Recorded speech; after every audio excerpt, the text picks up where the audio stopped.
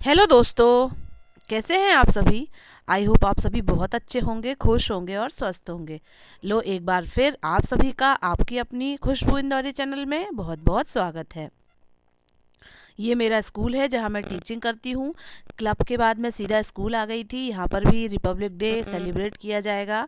तो ये सारी डेकोरेशन मैं आपको दिखा रही हूँ।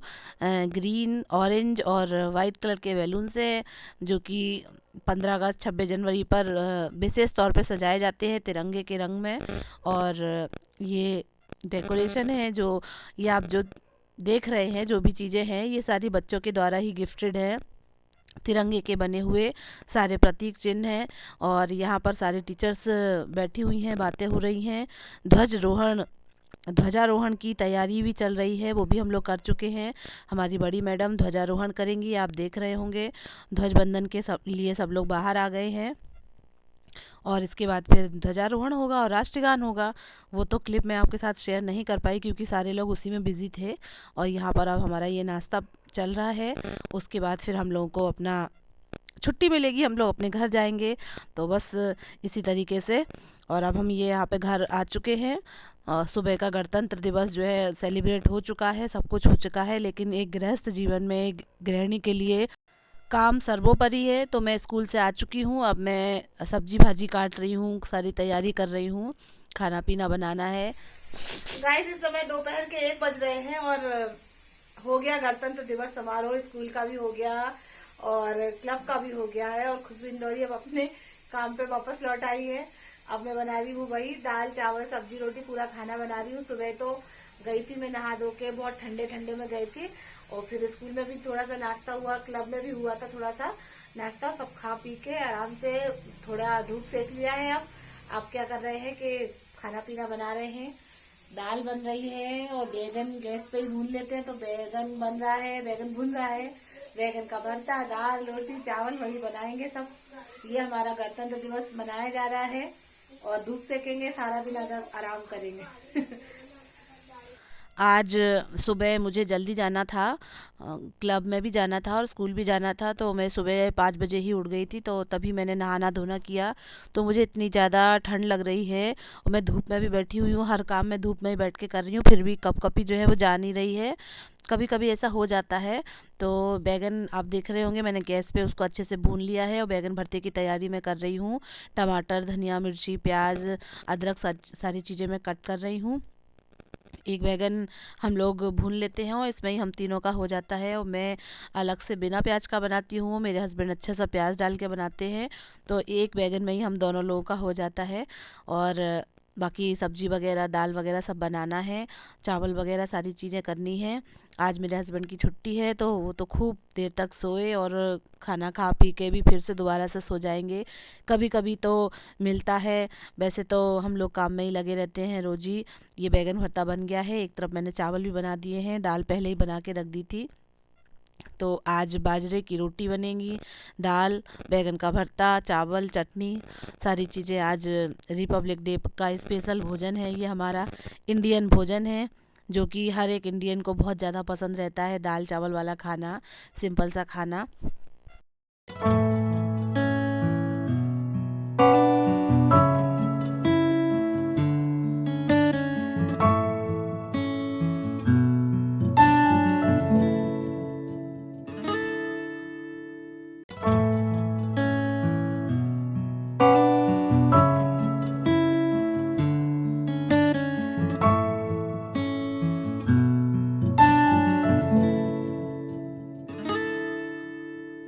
सारा खाना मोस्टली बन ही चुका है, मैं सारी चीज़ें उठा उठा के बाहर रखती जा रही हूँ।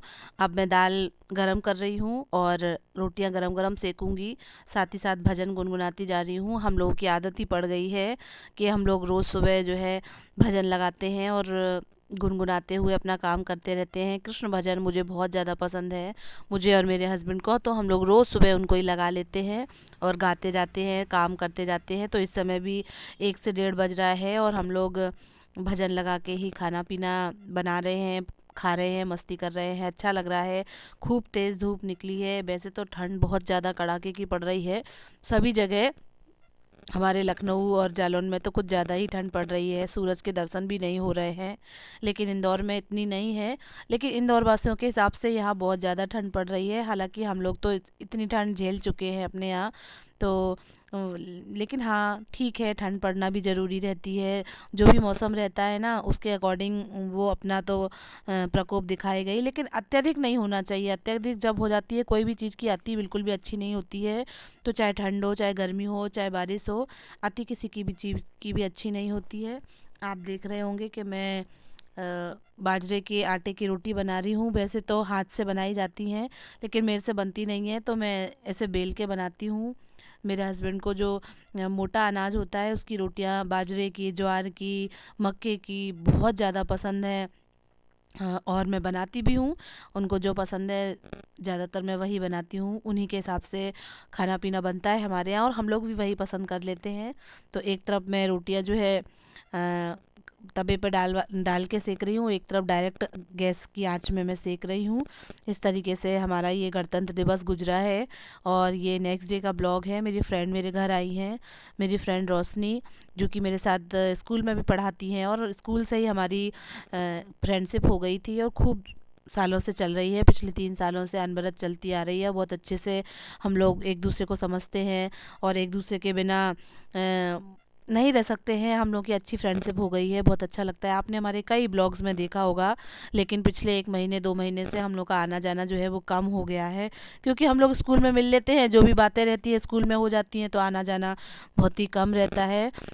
तो आज मेरी फ्रेंड मेरे घर आई हैं, मेरे लिए कुछ फ्रूट्स वगैरह लेके आई थी। इनके आसपास कहीं कुछ कंसेशन में मिल रहे होंगे, रीज़नेबल रेट में मिल रहे होंगे। तो एक झोला भर के मेरी फ्रेंड मेरे लिए भी फ्रूट्स लेके आई थी, जिसमें पपाया था, ग्रेप्स थे, बनाना थे, और वाटरमेलन था, सारी चीज़ें थी।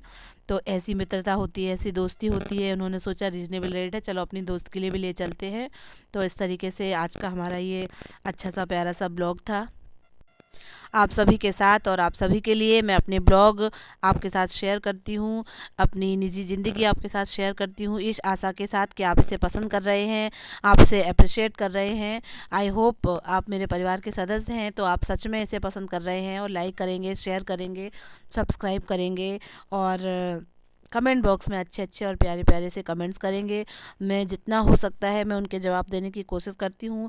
जिसका भी अगर आंसर ना पहुँच पाए तो मैं दिल से क्षमा मांगती हूँ। हो सकता है मैं कहीं बिज़ी हूँ, या फिर कोई और कारण हो, इसलिए। वैसे मोस्टली मैं सभी को अपना समझती हूँ, और सभी के जवाब देने की कोशिश करती हूँ। साथ ही साथ सारे लोग ही मेरे अपने हैं और मुझे अपना समझते हैं, इसीलिए।